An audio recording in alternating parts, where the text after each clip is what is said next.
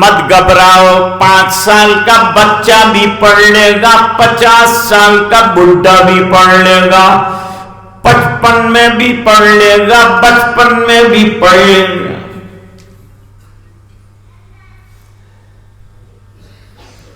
سہل الادا، ادائیگی کے اعتبار سے بھی کھجور کا شربت بنایا، رات سے کھجوریں پانی میں ڈال کے رکھی تھی کہ میرے آقا آئیں گے،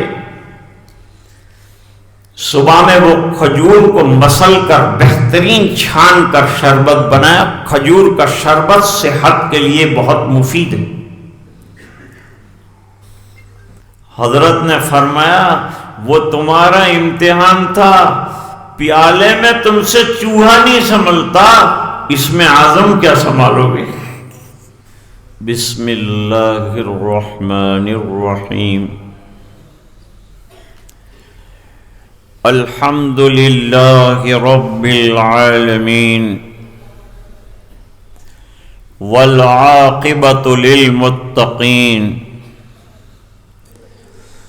والصلاة والسلام على سید الانبیاء والمرسلین،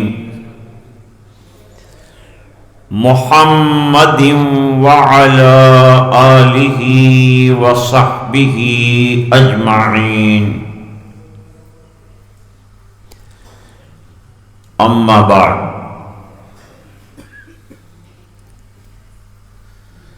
وبالسند المتصل منا إلى إمامنا محمد ابن اسماعیل ابن ابراہیم ابن المغیرہ الجعفی الیمانی البخاری رحمہ اللہ تعالی رحمتا واسعہ انہ قال باب قول اللہ تبارک وتعالی وَنَضَعُ الْمَوَازِينَ الْقِسْطَ لِيَوْمِ الْقِيَامَةِ وَأَنَّ أَعْمَالَ بَنِي آدَمَ وَقَوْلَهُمْ يُوزَنْ أَوْ تُوزَنْ أو كما قال۔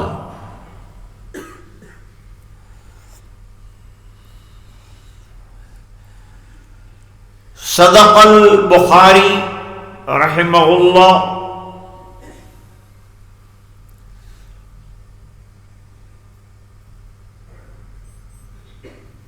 وقال وَنَضَعُ الْمَوَازِينَ الْقِسْطَ هذا من قول الله تبارك وتعالى فصدق اللہ العظیم۔ اللہم صل علی سیدنا محمد وعلی آل سیدنا محمد وبارک وسلم۔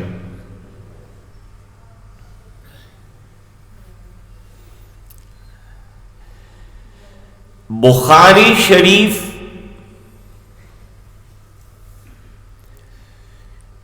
یہ صحیح حدیثوں کا انسائکلوپیڈیا ہے۔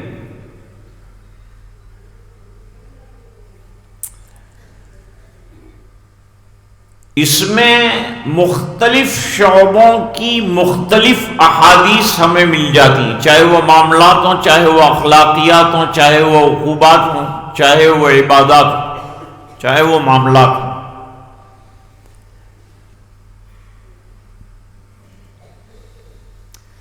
حضرت امام بخاری رحمت اللہ علیہ کا دستور یہ، جب کوئی نئی کتاب شروع فرماتے ہیں، بخاری شریف میں کتنی کتابیں؟ ایک قول یہ ہے کہ 85 کتابیں، جن میں سے 50 پہلی جلد میں ہیں، باقی کی دوسری جلد میں۔ دوسرا قول یہ ہے کہ 100 کے قریب کتابیں ہیں، بخاری شریف.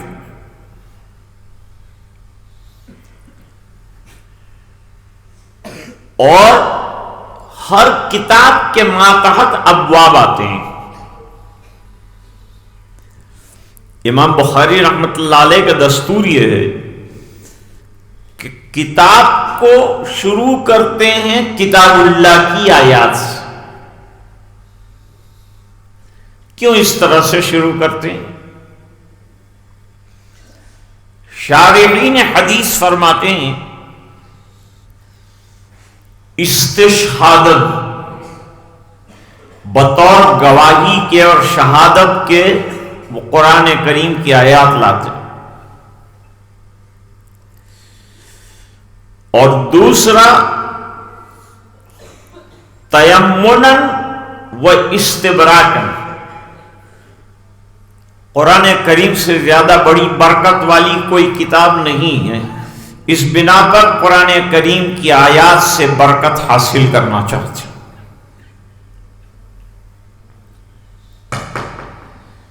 مثال کے طور پر کتاب الایمان میں تقریباً 18 آیتیں پیش کی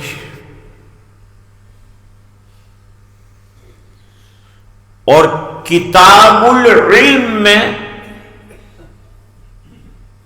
2 آیات پیش کی.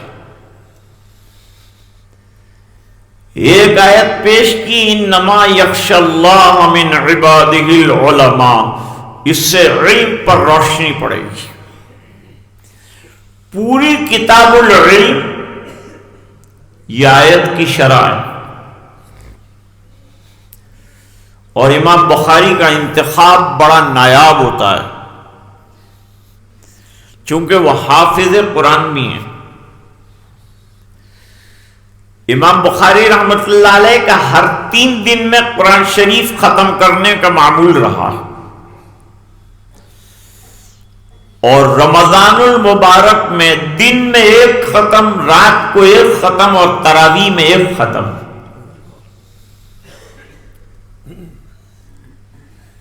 یہ حضرت امام بخاری رحمۃ اللہ علیہ کا معمول تھا. انتخاب کر کے لائے ہیں آیت کا جو پوری کتاب العلم کی پیشانی ہے.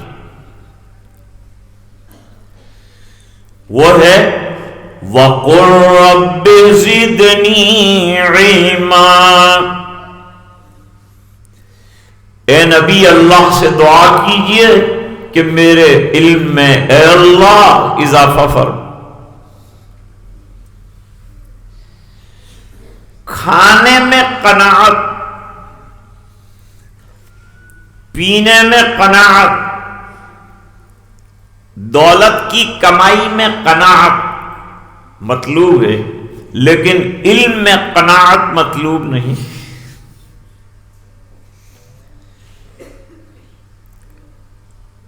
علم ایک بحر ناپیدا کنار ہے. کتاب العلم میں حضرت امام بخاری رحمۃ اللہ علیہ نے حضرت موسیٰ اور حضرت خضر کے واقعات ذکر کیے ہیں، قرآن سے لائے ہیں.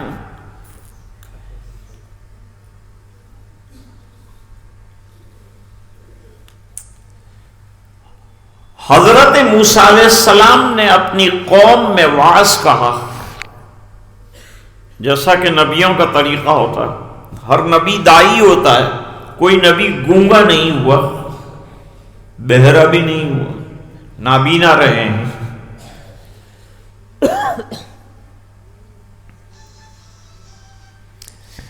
موسیٰ علیہ السلام نے بڑا بہترین بیان دیا. ایک بات یاد رکھیں کہ نبی کا علم اللہ کے یہاں سے آتا ہے، وہ بندوں کے علوم سے کوئی چیز اخذ نہیں کر سکتا. ایسا کیوں ہے؟ کہ اس کے علم کا تعلق ڈائریکٹ وحی کے ساتھ ہے. ایسا کیوں ہے؟ اگر کسی انسان نے چند باتیں پڑھائی ہوں، چند سالوں کے بعد وہ نبوت کا دعویٰ کرے اور علم کا دعویٰ کرے تو ہو سکتا ہے کہ اعتراض کرنے والا کہے فلاں سے سیکھا تھا، اب نبوت کا دعویٰ کر دیا۔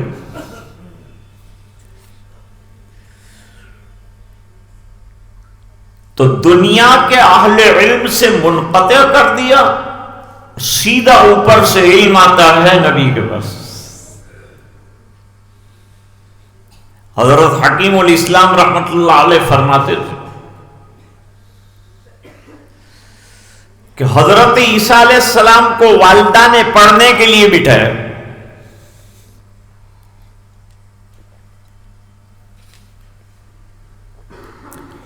جب پڑھنے کے لیے بٹھایا تو استاد بسم اللہ سے شروع کراتا ہے، بسم اللہ الرحمن الرحیم۔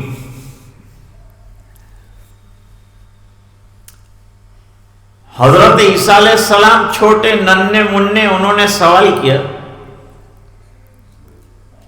کہ بسم اللہ میں پہلے با ہے، با کیا ہے؟ با کی حقیقت کیا ہے؟ اس کو با ہی کیوں کہا، دوسرا کچھ کیوں نہیں کہا؟ استاد کے پاس اس کا کوئی جواب ہی نہیں تھا۔ کہا بیٹا یہ تو نہیں معلوم مجھے۔ فرمایا ایک کام کرو استاد محترم، طالب علم کی سیٹ پر آپ آ جاؤ، استاد کی سیٹ پر میں بیٹھ جاؤں، پھر کیا کرو گے؟ کہا پھر میں آپ کو با کی حقیقت بتاؤں گا۔ استاد نے کہا مجھے منظور ہے۔ اللہ کو بندے کی استادی منظور نہیں تھی نبی کے لیے، تو نبی کو با اور سین اور میم کے حقائق بتائے۔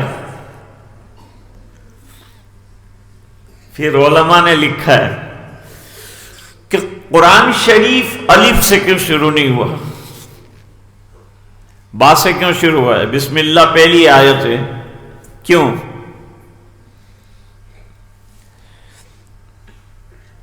تو طالب علم کو پہلا سبق پڑھایا کہ الف انانیت کا معیار ہے، سر وقت کھڑا ہوتا ہے اور کسی کے ساتھ چلتا نہیں،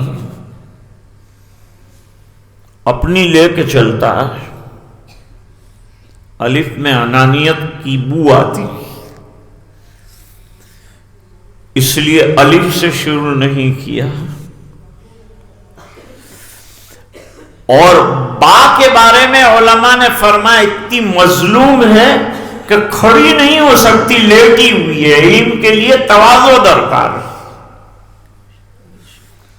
جتنی تواضع ہوگی اتنا علم آئے گا۔ با لیٹی ہوئی، الف کھڑا ہوا،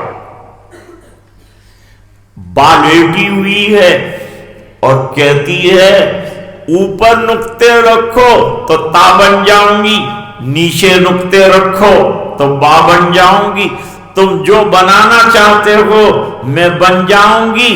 گویا درخواست ہے استاد تم جیسا مجھے بنانا چاہو گے میں بن جاؤں گا۔ تو با میں تواضع اور انکساری کا عنصر پایا جاتا ہے،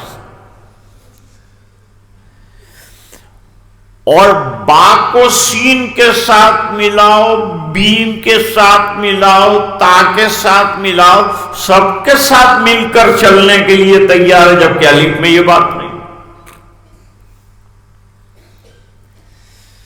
اس لیے بات سے شروع کیا۔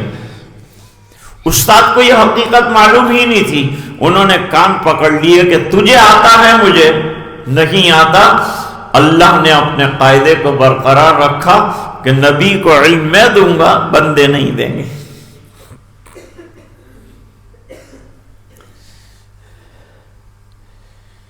یاد رکھو طلبہ، جب دین کی دعوت دینے کا موقع ہے تو قرآن کو ہمیشہ سامنے رکھو۔ قرآن سے بڑا دائی کچھ نہیں ہے، قرآن کریم بہت بڑا دائی، اس کی ہر آیت میں دعوت پوشیدہ ہے، اور اگر من گھڑت بات سے آپ دعوت دیں گے سامنے والے کا دل متاثر نہیں ہوگا۔ دعوت کب کامیاب ہوتی ہے؟ ایک تو دعوت قرآن اور حدیث کی روشنی میں دی جائے جو علماء کا کام ہے، نمبر دو دعوت دینے میں اخلاص ہو۔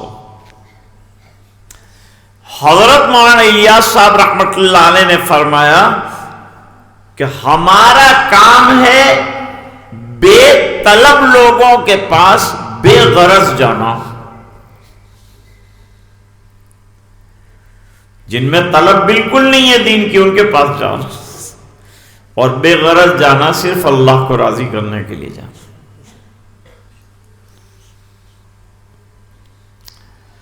اب کوئی کہے گا کہ علماء پھر تنخواہ کیوں لیتے ہیں؟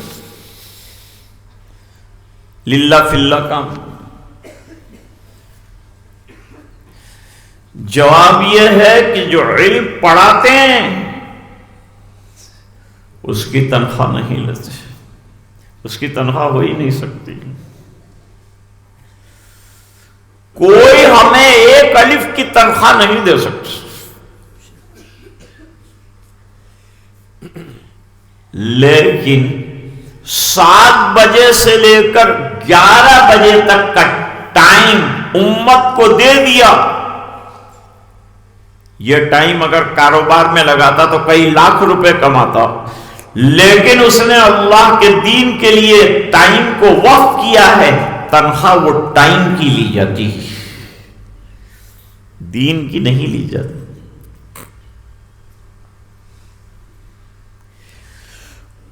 تراویح کے ختم ہونے پر حافظ اجرت لے سکتا ہے کہ نہیں؟ فقہا فرماتے ہیں حافظ قرآن کے لیے یہ بات جائز نہیں ہے کہ جب تراویح سنانے جائے اجرت طے کرے،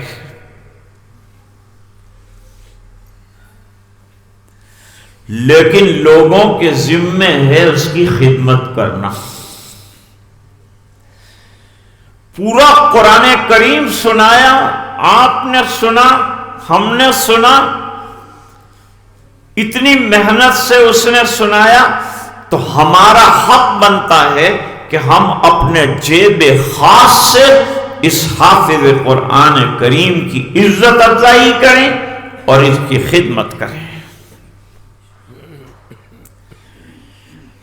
لیکن ٹرسٹیوں کا حافظ کو ہدیہ دینے کے لیے اعلان کرنا اور چندہ کرنا جائز نہیں ہے،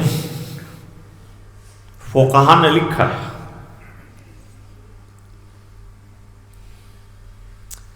تو حضرت موسیٰ علیہ السلام نے بہت بہترین بیان دیا، نبی سے بیان سے کس کا بیان بہتر ہو سکتا؟ اور اس کی وجہ یہ بھی ہے کہ نبی کو اللہ نے جو جامعیت باعتبار الفاظ کے دی ہے، کسی کے پاس وہ جامعیت نہیں ہے۔ سب سے بہترین کلام اور سب سے جامع ترین کلام اللہ کا کلام۔ قرآن کریم کتاب اللہ بھی ہے، کلام اللہ بھی، اور کلام اللہ متکلم کے اندر سے نکل کے آنے والی چیز ہے۔ اللہ قدیم ہے، اس کا کلام بھی قدیم۔ معتزلہ کے ساتھ یہاں سے جھگڑا شروع ہوا تھا۔ میں نے ایک مرتبہ تجوید کے پیپر میں سوال پوچھا، شروع کے طالب علم سوال پوچھا تھا کہ مخارج کی تعداد میں کیا اختلاف، کتنے ہیں مخارج، یعنی حرف کے نکلنے کی جگہ کتنی، کتنے مخارج سے 29 حروف نکلتے؟ مختلف جوابات دیے گئے۔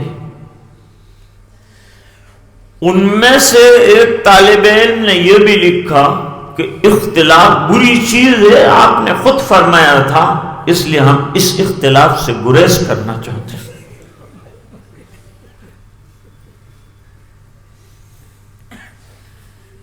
تو عرض کر رہا تھا کہ ان احسن الکلام کلام اللہ الملک العزیز العلام، اس سے جامع کلام کا تصور بھی نہیں کر سکتے۔ اور اس کے بعد خیر الہدی ہدی محمد صلی اللہ علیہ وسلم، اور بہترین ہدایت کی بات اللہ کی بات کے بعد جناب رسول اللہ صلی اللہ علیہ وسلم کی بات۔ میں اپنے اس دعوے کو مدلل کروں بخاری شریف کی روایت سے۔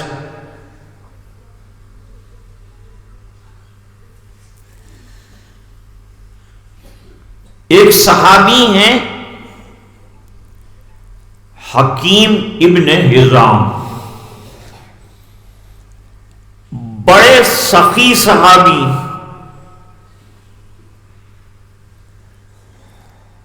صحابہ کی بہادری بھی مشہور، صحابہ کی سخاوت۔ جو سخی ہوتا ہے بہادر بھی ہوتا ہے، جو بہادر ہوتا ہے سخی بھی ہوتا ہے، اور جو کنجوس ہوتا ہے وہ بزدل ہوتا ہے۔ سخی ہوگا دونوں جیب میں ہاتھ ڈالے گا، پیسہ دے دے گا، پرواہ نہیں کرے گا پیسے، اللہ کے راستے میں جتنا بھی ہوگا لگا لے۔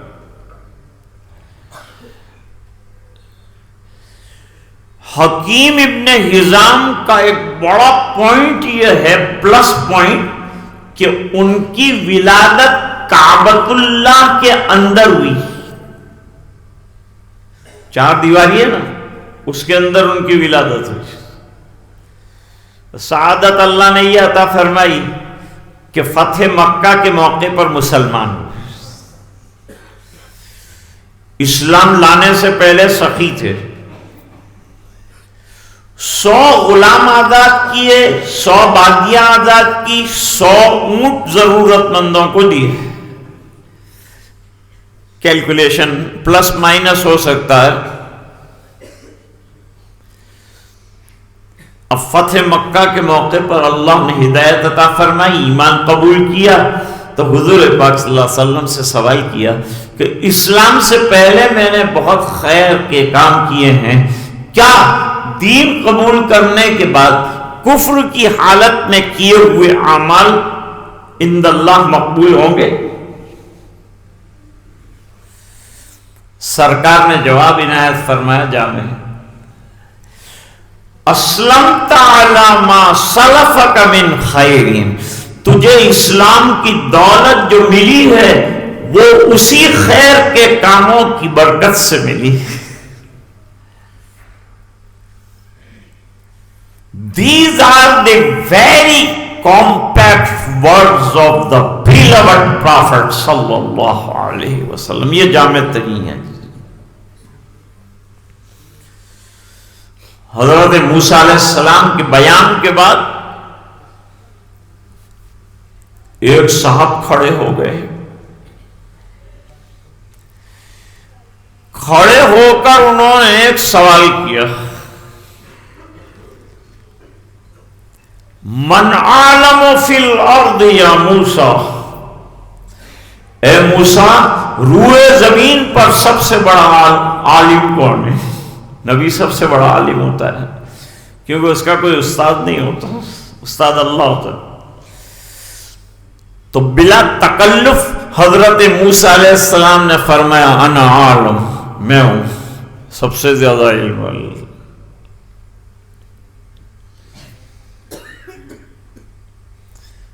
عرش پر پہنچا یہ جملہ تو ناگواری کا اظہار کیا، نہیں پسند کیا۔ آنا واٹ آنا؟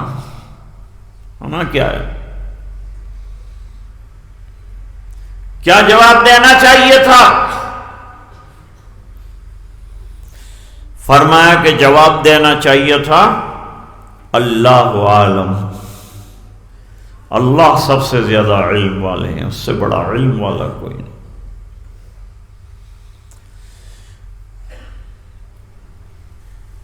اب یہ سبق کہ آپ سے زیادہ علم، چاہے نوعیت مختلف ہو لیکن ہیں، یہ بتلانے کے لیے اور وہ علم کو دیکھنے کے لیے حضرت موسیٰ علیہ السلام کو سفر کرنا پڑا، کافی لمبا سفر کیا، مجمع البحرین تک گئے۔ دنیا میں کئی مجمع البحرین ہیں، کون سا مجمع البحرین ہے اس میں اختلاف، دو مجمع البحرین پر شراح نے اتفاق کیا۔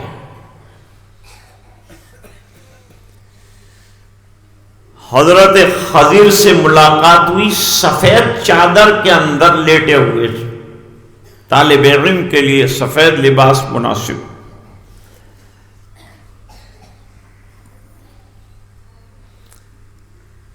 حضرت موسیٰ علیہ السلام نے چٹان پر سوئے ہوئے حضرت خضر سے سوال کیا، السلام علیکم، ایک دم چادر ہٹائی،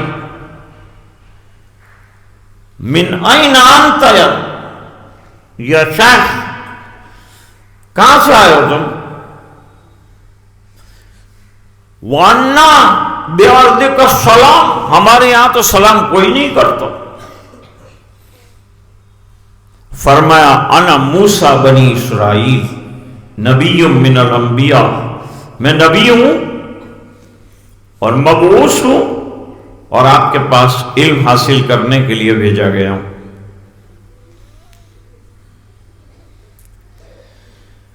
ہر علم ہر آدمی اخذ کرے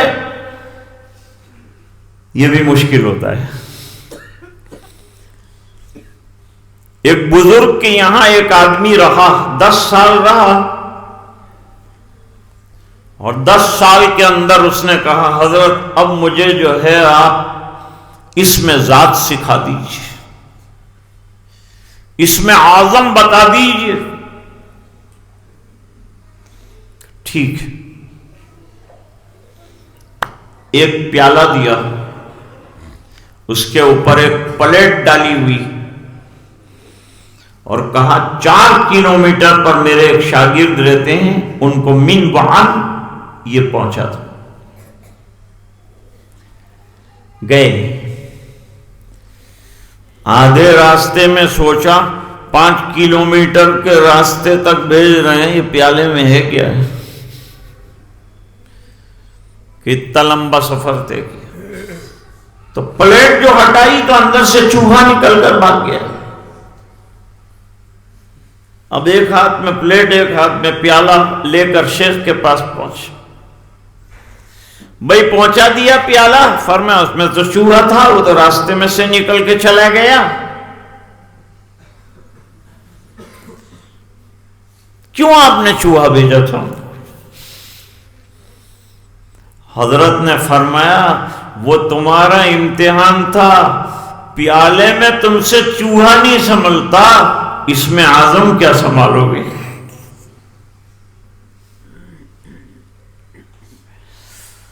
شیخ سعدی رحمت اللہ علیہ سیاح رہے ہیں بہت بڑے، ہی واز اے گریٹ جرنالسٹ،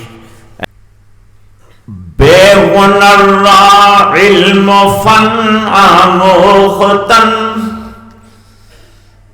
دادن تیغست دست راگزن، ہاتھ میں تلوار اگر دے دیں گے لوگوں کو لوٹنے کا کام کرے گا، ہر علم ہر ایک کو دینے کی چیز نہیں۔ بخاری شریف میں روایت ہے، حضرت ابو ہریرہ رضی اللہ تعالیٰ عنہ جن کا مدینہ منورہ میں انتقال ہوا، پوری زندگی مدینے میں رہے، 5374 حدیثوں کے راوی ہیں حضرت ابو ہریرہ رضی اللہ تعالیٰ، فرماتے ہیں لی وعاءین، میرے پاس 2 خزانے ہیں، خزانہ حدیث کا بششتہ علیکم، میں نے وہ پھیلایا ہے تم پر، اور ایک خزانہ علم کا وہ ہے کہ اگر میں اس میں سے کوئی چیز ظاہر کروں تو قطعت حلقوم، میری گردن کاٹ دی جائے، سمجھ ہی نہیں پائیں گے، ایسا علم بھی ہے میرے پاس۔ وہ دینے کے لیے سرکار نے نہیں فرمایا، اس لیے وہ کتاب میں نہیں کھولتا۔ پھر شارحین نے شرح کی کہ وہ کون سی کتاب تھی؟ حضرت قاری صاحب جواب دیا کہ وہ فتن کے سلسلے کی کتاب تھی، جو آنے والے فتنے ظاہر ہونے والے ہیں وہ سرکار نے بتایا تھا۔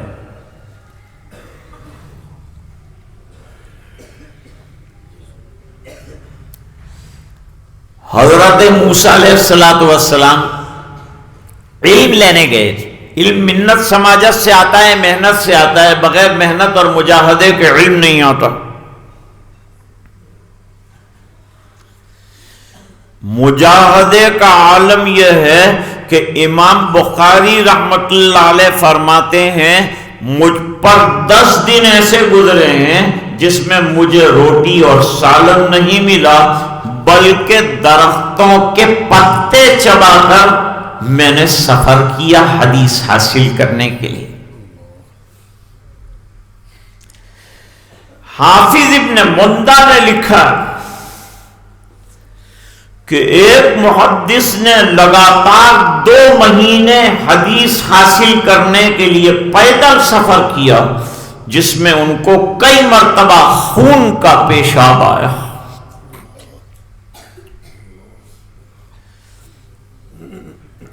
حافظ ابن طاہر مقدسی کہتے ہیں کہ میرے پاس 40 پٹارے ہیں جو میں نے 40 سال کے اندر محدثین کے پاس گھوم گھوم کے لکھے، لیکن وہ 40 پٹارے کی حدیثیں مجھے قلبی طور پر یاد ہیں۔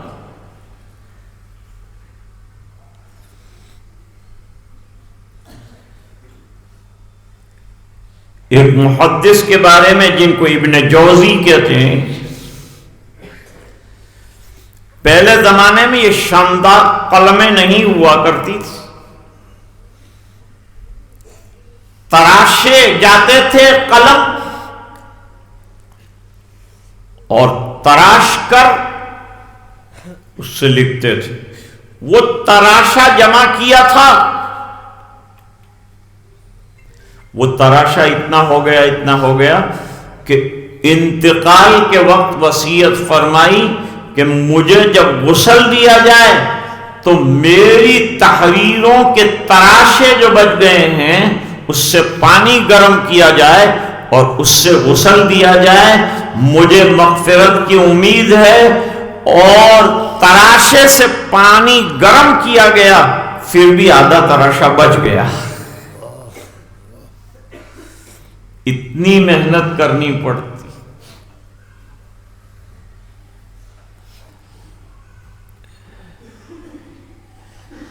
بغیر مجاہدے اور بغیر محنت کے علم کے آنے کا تصور نہیں ہے۔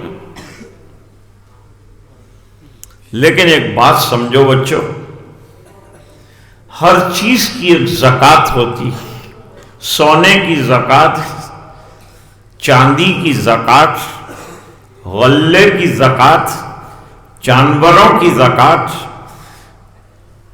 کیش پیسے کی زکوٰۃ۔ تو فرماتے ہیں علم کی بھی زکوٰۃ ہے، علم کی زکوٰۃ عمل۔ بخاری صرف بحثوں کے لیے نہیں، میں ابھی علمی بحث نہیں کر رہا ہوں، میں صرف نصیحت کر رہا ہوں۔ علم اس لیے نہیں ہے کہ بحث کی جائے، اپنے آپ کو بڑا ثابت کیا جائے، that is not the object of علم۔ علم وہ ہے جو انسان کی زندگی کو عملی بنا دے۔ کتاب الصلاۃ پڑھی تو آپ کی زندگی میں صلاۃ ہونی چاہیے، سنتیں پڑھی تو آپ کی زندگی میں سنتیں نظر آنی چاہیے۔ امام بخاری کہتے ہیں میری کتاب میزان ہے، اور یہ میزان میں اپنی زندگی کو ڈال کر دیکھو، اگر پوری اتر جائے سمجھ لو کہ تمہاری زندگی کامیاب ہے، دنیا میں آنے کا ہمارا مقصد کامیاب ہے۔ اور ایک لطیف بات عرض کرتا ہوں، وہ یہ ہے کہ بعض بزرگوں نے لکھا ہے کہ جس کشتی کے اندر بخاری شریف رکھ دی جائے وہ کشتی ڈوبنے سے بچ جاتی ہے، اور جس طالب علم کی زندگی میں بخاری شریف آ جائے اس کی کشتی بھی ڈوبنے سے بچ جائے گی اگر عمل ہو جائے۔ کتاب التہجد شروع ہوئی بخاری شریف جس سال ہم لوگ پڑھ رہے تھے، میرے والد صاحب رحمۃ اللہ علیہ کے یہاں کتاب التہجد شروع کرنے سے پہلے سوال کیا میرے والد صاحب، یہ بات الگ ہے کہ تہجد کی رکعتیں کتنی ہیں، کب ہیں، کتنی پڑھی جائیں گی، 4 پڑھی جائیں گی، 2 پڑھی جائیں گی، کتنا قرآن پڑھا جائے گا، یہ الگ ڈسکشن ہے، لیکن پہلی ڈسکس اور پہلی بات یہ ہے کتاب التہجد شروع ہو رہی ہے، بتاؤ آج کتنے بچوں نے تہجد پڑھی؟ اور پھر اپنا معمول تحدیث بالنعمہ کے طور پر ذکر فرمایا کہ بلوغ کے وقت سے تہجد پڑھتا ہوں اور تاآن میری تہجد ناغا نہیں ہوئی۔ یہ عمل، بخاری پر عمل کرنا، بغیر عمل کے صرف لفاظی کام کی نہیں ہے، دین لفاظی کا نام ہے ہی نہیں، عمل کا نام۔ نبی کی دعوت کیوں قبول ہوتی ہے، کامیاب ہوتی ہے؟ اس بنا پر کہ جو کہتا ہے وہ اس کی زندگی میں ہوتا ہے۔ نماز کو کہا سرکار نے تو نماز ایسی پڑھ کے دی ہے حضور پاک صلی اللہ علیہ وسلم نے کہ پیروں میں ورم آیا، دیکھنے والوں نے دیکھا نماز کے عاشق بن گئے۔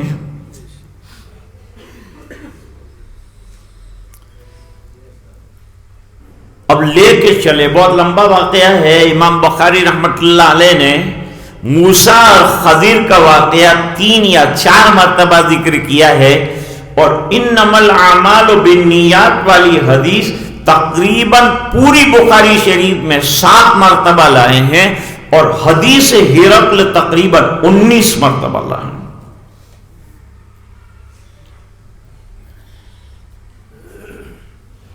چلے کشتی کے اندر بیٹھے، کشتی میں بیٹھنے کے بعد حضرت موسیٰ اور خضر دونوں کو ایک چیز نظر آ رہی ہے، دوسروں کی نظر سے غائب ہے۔ کشتی کی نوک پر ایک چڑیا بیٹھی جس کو انگریزی میں اسپیرو کہتے ہیں، اسپیرو، اور فارسی میں کنجشک کہتے ہیں۔ وہ چڑیا نے سمندر سے پانی اپنی چونچ میں لیا۔ اب چڑیا کی چونچ میں کتنا پانی آئے گا؟ چھوٹی چیز سے بھی بڑے لوگ بڑے نتائج نکالتے۔ حضرت خضر نے کہا موسیٰ دیکھا، منہ کے معنی درخت، سا کے معنی پانی، دیکھا موسیٰ؟ کہ جی دیکھا۔ کیا دیکھا؟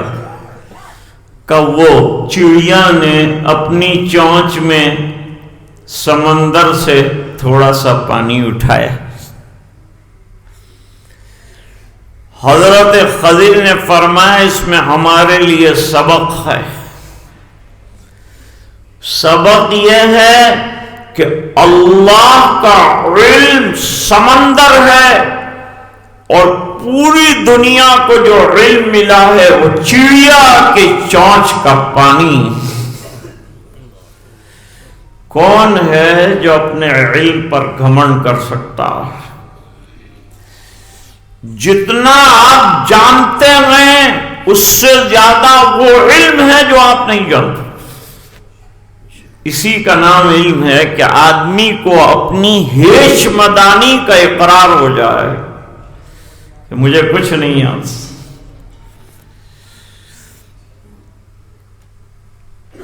تو حضرت موسیٰ علیہ السلام والا واقعہ لائے، وَقُلْ رَبِّ زِدْنِي عِلْمًا۔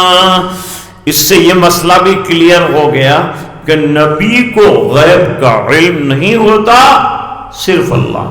عالم الغیب فلا یظہر علی غیبہ احدا، سورہ جن میں ہے۔ اور قرآن کریم میں کئی جگہ کہا میں بشر ہوں، میں رسول ہوں، وہی مجھ پر آتی ہے، اس سے زیادہ کچھ نہیں، اور علم میرے پاس اتنا ہے جتنا کہ اللہ نے دیا ہے، اس لیے مجھے علم مانگنے کے لیے کہا گیا۔ سنیے ایک واقعہ سناتا ہوں، واقعہ کوئی ادھر ادھر کا نہیں ہے، بخاری کا ہی ہے۔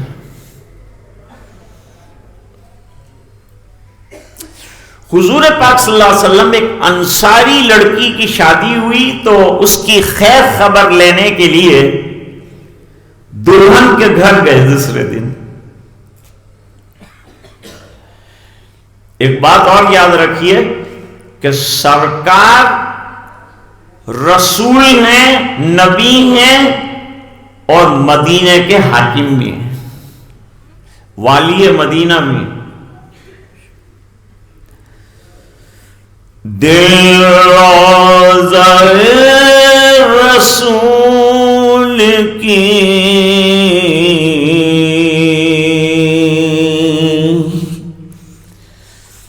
جالی پہ رکھ دیا،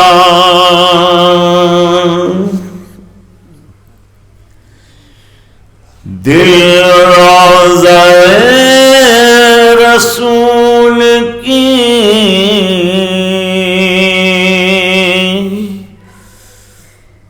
جالی پہ رکھ دیا،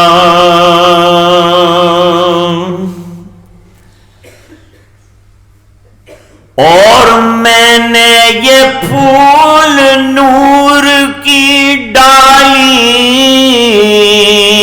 پہ رکھ دیا،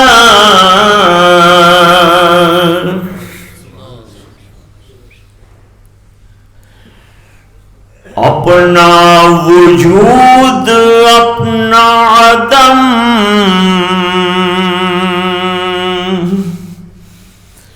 اپنی آخرت،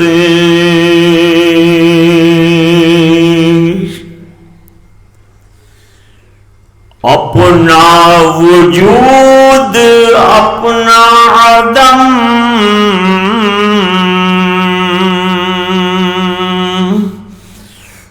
اپنی آخرت، میں نے تو یہ مدینے کے والی پہ رکھ دیا،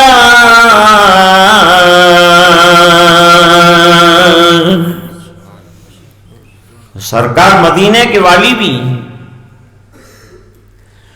حضور صلی اللہ علیہ وسلم دلہن کے یہاں تشریف لے گئے، دلہن نے کیا بنایا؟ خود محنت کی۔ ہمارے یہاں کی دلہن مہندی لگا کے ایسی بیٹھتی ہے کہ 8 دن تک نماز نہیں پڑھتی۔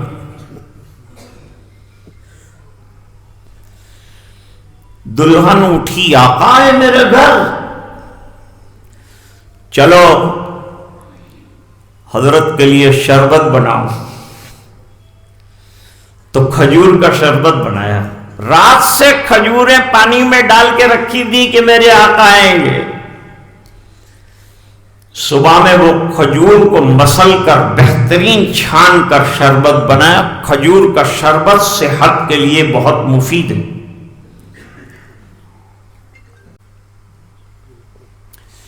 اب بات سنت کی جب آ جاتی ہے تو ذرا سنیے. حضرت مولانا سید اسعد مدنی رحمت اللہ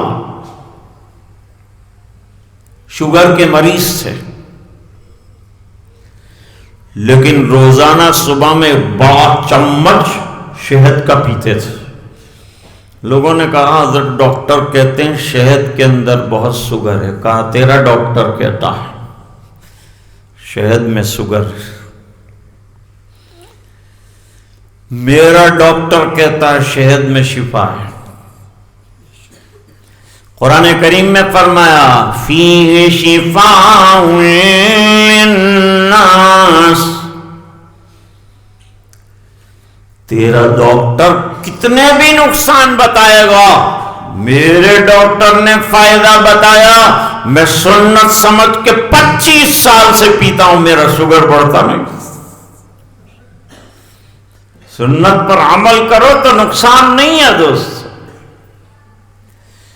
حضرت علی کرم اللہ وجہہ کہتے ہیں دنیا والے اگر یہ بتائیں کہ فلان کام کے اندر تمہارا کئی لاکھ روپے کا نقصان ہوگا اور سنت کہے کہ اس میں فائدہ ہے، میں سنت کو لے لوں گا اور دنیا کا نقصان برداشت کروں. دنیا کا روپیہ آج آیا کل گیا. تیمور لنگ کو ایک وزیر کی ضرورت تھی جو بالکل فاسٹ جواب دے سکے، حاضر جواب جس کو ہم کہتے. ڈھونڈ رہا تھا لیکن مل نہیں رہا تھا. ہمارے مدرسہ عربیہ کو کتنے سال کے بعد حضرت شیخ ملے.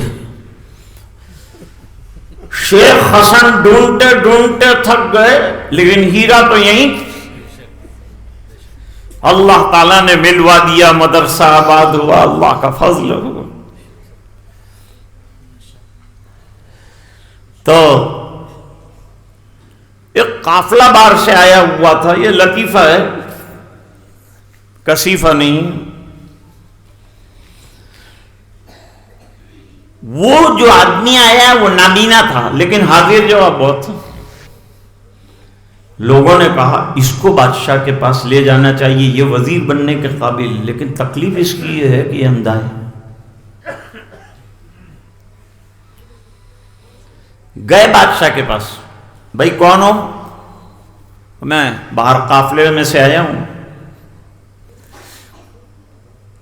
کیا چاہتے ہو؟ کہ آپ کا پرسنل اسسٹنٹ سیکرٹری بننا چاہتا ہوں. ٹھیک، کیا نام ہے آپ کا؟ جواب دیا دولت خان. بادشاہ نے کہا دولت اور اندھی، نابینا تھے نا. بادشاہ نے کہا دولت اور اندھی. اندھے نے کہا کہ اندھی نہ ہوتی تو لنگڑے کے یہاں آنے کی ضرورت کیا تھی. تیمور لنگڑا تھا، اس کا ایک پیر تھا ہی نہیں. دولت آنی جانی چیز ہے دوستو، اس کو اللہ کے راستے میں لگاؤ. بہترین شربت پلایا اور وہاں چند بچیاں ترانے گا رہی تھیں. وہ ترانے میں ایک مصرع تھی، وَفِينَا نَبِيٌّ يَعْلَمُ مَا فِي غَدٍ، اور ہم میں ایسا نبی ہے جو کل کی بات جانتا ہے. حضور پاک صلی اللہ علیہ وسلم نے فرمایا میں کل کی بات نہیں جانتا، پہلی جو بات کہہ رہی تھی وہی کہتی جاؤ.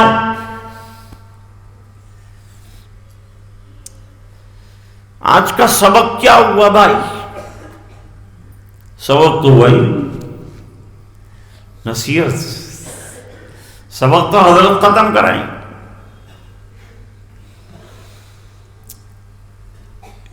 حضرت امام بخاری رحمت اللہ علیہ کے زمانے میں بہت سے فرقے تھے. ایک فرقہ مرجیہ کا تھا، ایک فرقہ جبریہ کا تھا، ایک فرقہ قدریہ کا تھا، ایک فرقہ خوارج کا تھا، ایک فرقہ معتزلہ کا تھا، اور ایک جمہور یعنی اہل سنت والجماعت. حدیث شریف میں فرمایا لا تزال طائفة من امتی قوامة على امر اللہ لا يضرهم من خالفهم حتى يأتي يوم القیامہ. قیامت تک ایک فرقہ حق پر برقرار رہے گا، چاہے لوگ کتنی بھی لعنت و ملامت کرے، پوری دنیا میں پھیلا ہوا ہوگا. کسی نے کہا مفسرین ہے، کسی نے کہا محدثین ہے، کسی نے کہا فقہا ہے، اور شارحین نے فرمایا اہل سنت والجماعت ہر زمانے میں رہیں گے. اور عجیب بات ان کی یہ بیان فرمائی کہ لا یخافون فی اللہ لومۃ لائم، نہ ان کو ٹربن باندھنے میں کوئی پرابلم آئے گا، نہ ان کو داڑھی رکھنے سے شرم آئے گی، نہ ان کو کرتا فکر میں ڈالے گا.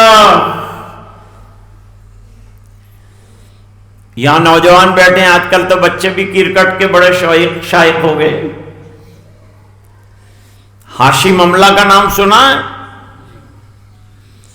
بہت بڑا کرکٹر ہے اور ریٹائر ہوئے، ابھی بہت بڑا ریکارڈ قائم کیا، اور اخلاق کے اعتبار سے بہترین کرکٹر ہونے کا certificate south African cricket club نے دیا اور دنیا نے اس کو مان لیا.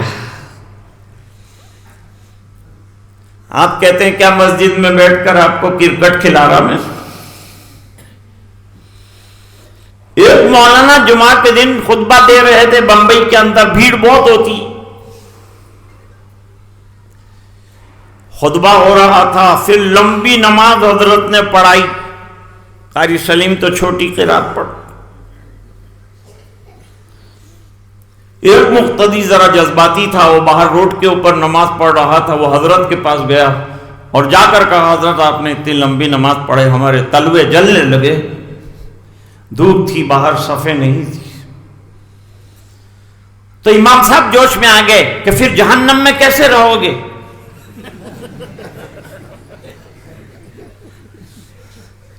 تو بیچارے مقتدی نے معافی مانگ کے کہا کہ حضرت ہم کو یہ اصل میں معلوم نہیں تھا کہ جمعہ کے دن آپ جہنم میں جانے کی پریکٹس کرواتے.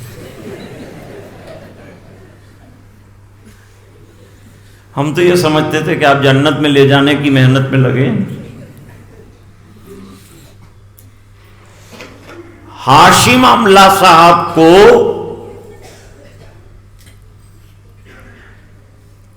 ایک جرنلسٹ نے پوچھا کہ خوبصورت لاکھوں لڑکیاں ٹیلی ویژن پر آپ کو دیکھ رہی ہوتی ہیں، اسٹیڈیم میں دیکھ رہی ہوتی ہیں، آپ کی شریعت کے مطابق بہترین داڑھی ہے تو آپ کو بڑی شرم لگتی ہوگی. فرمایا میں اللہ کا شکر ادا کرتا ہوں کہ لاکھوں لوگوں کے سامنے حضور کی سنت کی دعوت دیتا ہوں. لوگوں کو پتہ چلتا ہے کہ سنت پر عمل کرنے سے دنیا کے کسی کام میں رکاوٹ نہیں آتی. اور ہاشم املہ نے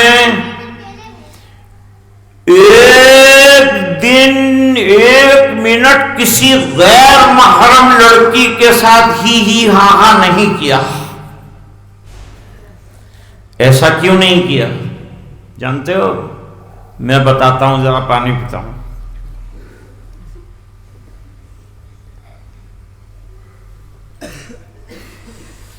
ہاشم املا کی تربیت ہوئی کس کے پاس؟ جو اللہ والے کے پاس چلا جاتا ہے چند ساعت بیٹھنا نصیب ہو جاتا ہے، اس کی زندگی بدل جاتی ہے، اس کا رنگ بدل جاتا ہے۔ دوسرے کرکٹر 3 گھنٹے پہلے ایئرپورٹ پر آ کر لڑکیوں کو آٹوگراف دیتے ہیں، 5 گھنٹے پہلے ہاشم املا اپنے بہترین ویٹنگ لاؤنج کے اندر 5 پارے قرآن پڑھتا ہے، کیونکہ یہ ایک شیخ کی خدمت میں بیٹھتے تھے ڈربن میں، ان کا نام مولانا یونس پٹیل صاحب، انتقال ہو گئے۔ حضرت مولانا مسیح اللہ خان صاحب رحمت اللہ علیہ کے مجاز تھے، خانقاہ چلاتے تھے۔ میں خود گیا، مجھے ہاتھ پکڑ کے خانقاہ میں لے گئے، بٹھایا اور کہا بیان بھی کر، ذکر بھی کر۔ واہ، بڑا مخلص اللہ والا۔ ان کے پاس نماز پڑھا کرتے تھے ہاشم املا، اثر دیکھو۔ ان کو کہا گیا کہ آپ کو ایک جرسی دی جائے گی جس کی قیمت 10,000 روپے ہوگی، لیکن اس کے اوپر لوگو جو ہے وہ شراب کی کمپنی کا لگا ہوا ہوگا۔ فرمایا کرکٹ چھوڑ سکتا ہوں، شراب کے لوگو والی کمپنی کا کوٹ نہیں پہن سکتا۔ میں شراب کو ختم کرنے کے لیے پیدا کیا گیا ہوں، شراب پلانے کے لیے نہیں۔ سنت پر عمل کرو دوستو، سنت کو اپنی زندگیوں میں اپناؤ۔ ایک حق والی جو جماعت رہنے والی ہے اس میں شامل رہو، لوگوں کی پرواہ مت کرو۔ ایک مولانا تھے، 150 کلو کا وزن تھا اور صبح میں قاری بشیر صاحب کی طرح جاگنگ کرتے تھے، اور داڑھی بھی ماشاءاللہ بہت بڑی تھی۔ ایک دن ایک دوڑنے والے نے کہا کہ حضرت اتنی بڑی داڑھی لے کر دوڑتے ہیں تو آپ کو اچھا لگتا ہے؟ حضرت نے کہا جب 150 کلو کا وزن لے کر دوڑ سکتا ہوں تو 150 گرام کی داڑھی لے کر دوڑنے میں کیا تکلیف ہے؟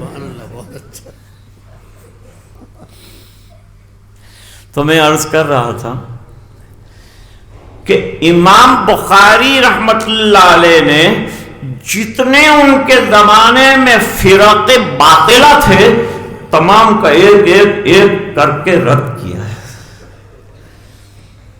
اور اخیر میں کتاب التوحید لائے۔ توحید کی 2 قسمیں ہیں حضرت شیخ، ایک تو ہے توحید معتزلہ اور دوسری ہے توحید اہل سنت۔ توحید معتزلہ یہ ہے کہ صفات اللہ کی ذات سے الگ نہیں ہیں، صفات اللہ کی ذات سے الگ کوئی چیز نہیں ہے۔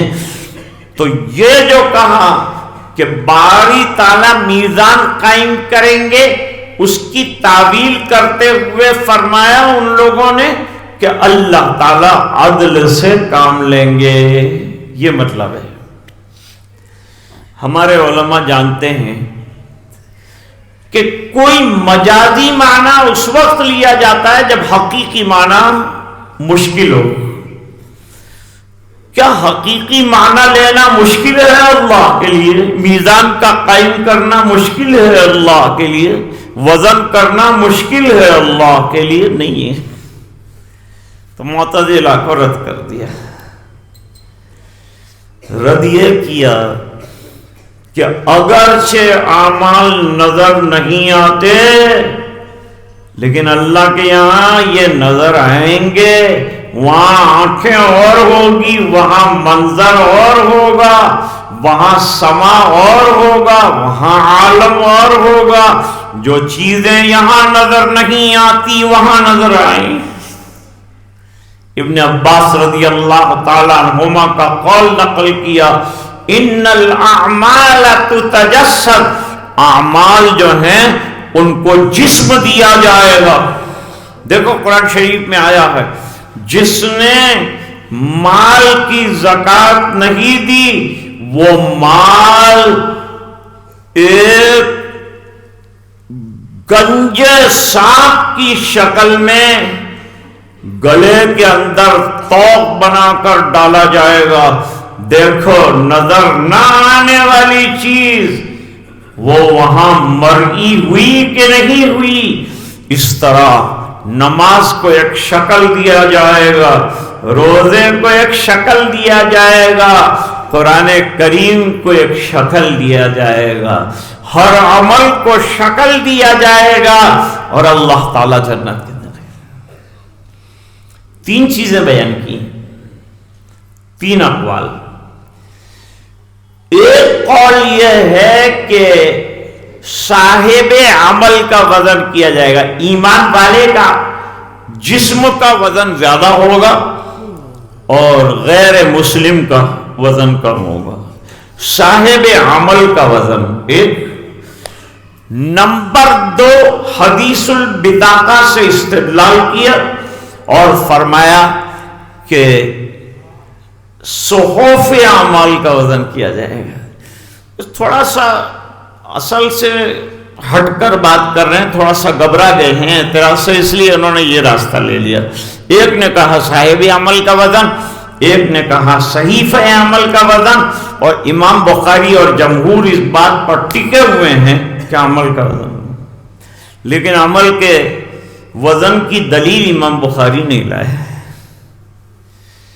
بلکہ دلیل لائے ہیں قول کی کہ قول کا وزن کیا جائے گا۔ قول لطیف تر ہے، لطیف تر چیز کا جب وزن کیا جا سکتا ہے تو ثقیل چیز کا وزن کرنا تو آسان ہوگا، لہذا آج کے دور میں ہر چیز کا وزن کیا جاتا ہے۔ انسان کے بلڈ میں پریشر کتنا اس کا وزن کیا جاتا ہے، آنکھ کے اندر بلڈ پریشر کتنا وہ وزن کیا جاتا ہے، دماغ کے اندر پوزیشن کیا وزن کیا جاتا ہے۔ جب ہر چیز کا وزن کر سکتے ہیں تو اللہ عمل کا بھی وزن کر سکتے ہیں۔ جب عمل کا وزن کی حدیث نہیں مل سکی امام بخاری رحمۃ اللہ علیہ، تو فرماتے ہیں جو لفظ انسان زبان سے نکالتا ہے اس کا بھی وزن ہوگا۔ کیسے؟ ابو ہریرہ رضی اللہ تعالیٰ عنہ کی آخری حدیث لائے اور فرمایا کلمتان، دو کلمے ہیں، اس کی شرح میں فرمایا کلامان، دو کلام ہیں۔ کلام کو کلمہ کہا، الیہ یصعد الکلم الطیب والعمل الصالح یرفعہ۔ کلامان، دو کلام اللہ کے نزدیک پیارے ہیں، وہی بہت مشکل ہوں گے، اللہ کو پیارے ہونے کے لیے تو مشکل ہونا ہے۔ دوسرے نمبر پر فرمایا خفیفتان علی اللسان، مت گھبراؤ، 5 سال کا بچہ بھی پڑھ لے گا، 50 سال کا بڈھا بھی پڑھ لے گا، 55 میں بھی پڑھ لے گا، 55 میں بھی پڑھ لے گا۔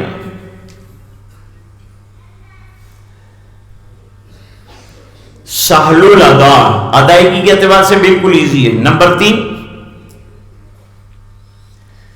ثقیلتان فی المیزان، ثقیلتان فی المیزان کا مطلب کیا ہے؟ میزان کے اندر بھاری ہیں۔ میزان بھی ثابت ہوا، وزندار ہونا بھی ثابت ہوا۔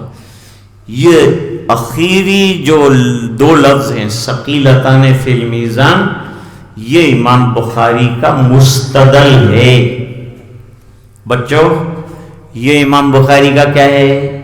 مستدل ہے کہ جب اللہ الفاظ کا وزن کر دیں گے تو اللہ تعالیٰ قادر ہیں کہ عمل کا بھی وزن کر دیں۔ یہ قیاس سے ثابت کیا، اب یہ ایک اصول پر مبنی ہے۔ وہ جملے کیا ہیں؟ اس کو اپنا ورد بناؤ۔ امام بخاری کہتے ہیں بسم اللہ الرحمن الرحیم، کیا ہے؟ ذکر ہے۔ کیوں بسم اللہ ذکر نہیں قاری صاحب؟ تو قرآن شریف بسم اللہ سے شروع کریں۔ بسم اللہ الرحمن الرحیم ذکر ہے۔ سبحان اللہ و بحمدہ سبحان اللہ العظیم، کیا ہے؟ بولو، ذکر ہے۔ ذکر پر امام بخاری رحمۃ اللہ علیہ نے شروع فرمایا، ذکر پر ختم کر دیا، فرمایا تم بھی ذکر اللہ سے صبح کرو شام کرو ذکر اللہ۔ آج آپ یہاں سے جائیں گے، جو حضرات آئے ہیں، جو علماء ہیں، وہ تو سمجھتے ہی ہیں، لیکن کوئی اجنبی آیا ہو، بہت دوڑ دوڑ کے گیا تھا بخاری سننے، تو کیا سن کے آئے؟ اس کو سمجھا دینا کہ سمجھایا آنے والے مسافر نے مومن کی زندگی میں اللہ کا ذکر کثرت سے چاہیے۔ ایک حدیث ہے جس کو امام بخاری اپنے شرطوں کی شدت کی وجہ سے نہ لا سکے۔ جب ہم کسی مجلس میں بیٹھیں، باتیں کچھ نہ کچھ تو ہو ہی جاتی، ادھر ادھر کی باتیں ہو جاتی۔ وَقَصُرَ فِيهِ اللَّغَتُ لفظ ہے، اور کچھ زیادہ ہی گفتگو ہو گئی۔ پہلے تو فضول مجلسوں سے ہی بچاؤ اپنے آپ۔ قَصُرَ فِيهِ اللَّغَتُ، اور مجلس ختم ہو گئی، کچھ غلطیاں، کچھ لغزشیں، کچھ صغیرہ، کچھ گناہ، کچھ غیبتیں، کچھ حسد کی باتیں ہو گئی، فرماتے ہیں یہ سب کو دھو ڈالنا ہو تو ایک مرتبہ پڑھو سبحان اللہ و بحمدہ سبحانک اللہم و بحمدک نشہد ان لا الہ الا انت نستغفرک ونتوب الیک۔ اب آئندہ جب میں آؤں گا انشاءاللہ، اگر کسی نے مجھے بھول سے بلا لیا تو میں اس وقت انشاءاللہ آپ کے سامنے خالی سبحان اللہ و بحمدہ سبحان اللہ العظیم کی حقیقت کیا ہے وہ اجاگر کرنے کی انشاءاللہ کوشش کروں گا۔ اصل تو اسی پر کلام ہونا چاہیے، لیکن آج آپ نے سن لیا کہ توحید کی امانت سینوں میں ہے ہمارے، باقی نہیں، اور فرماتے ہیں ہماری زندگیوں کو ختم کرنا یہ لوگوں کا کام نہیں ہے۔ اگر توحید کی امانت، توحید تو یہ ہے کہ خدا حشر میں کہہ دے یہ بندہ دو عالم سے خفا میرے لیے۔ امام بخاری رحمۃ اللہ علیہ اپنی کتاب کو توحید پر ختم کر رہے ہیں کہ دوستو فتنوں کا زمانہ آنے والا ہے، جاوید اختر جیسے بے وقوف پیدا ہونے والے ہیں، تم کو توحید کا سبق یاد رکھنا ہے، ایسے دیوانوں کی باتوں میں مت آنا۔ امام بخاری نے توحید کے کئی دلائل دیے ہیں، آخری کتاب کے اندر 58 باب قائم کیے امام بخاری رحمۃ اللہ علیہ نے، جس میں 245 احادیث اور خاص طور سے نصوص ظاہرہ سے استدلال کیا۔ میں حضرت شیخ کو مبارکباد دیتا ہوں، میں مدرسے کو مبارکباد دیتا ہوں میں اساتذہ کو مبارکباد دیتا ہوں، میں طلباء کو مبارکباد دیتا ہوں، میں بانی ببانی حضرت حسن غوری صاحب مرحوم کے لیے دعا کرتا ہوں کہ انہوں نے دوڑ دوڑ کر یہ گلشن کو سجایا ہے، اللہ تعالیٰ پورے راجستھان میں اس کے فیض کو عام فرمائے، تام فرمائے اور اساتذہ کی محنتوں کو قبول فرمائے۔ انہی گزارشات کے ساتھ آج کے اس مجلس کو ختم کرتے ہیں۔ وآخر دعوانا ان الحمد للہ رب العالمین۔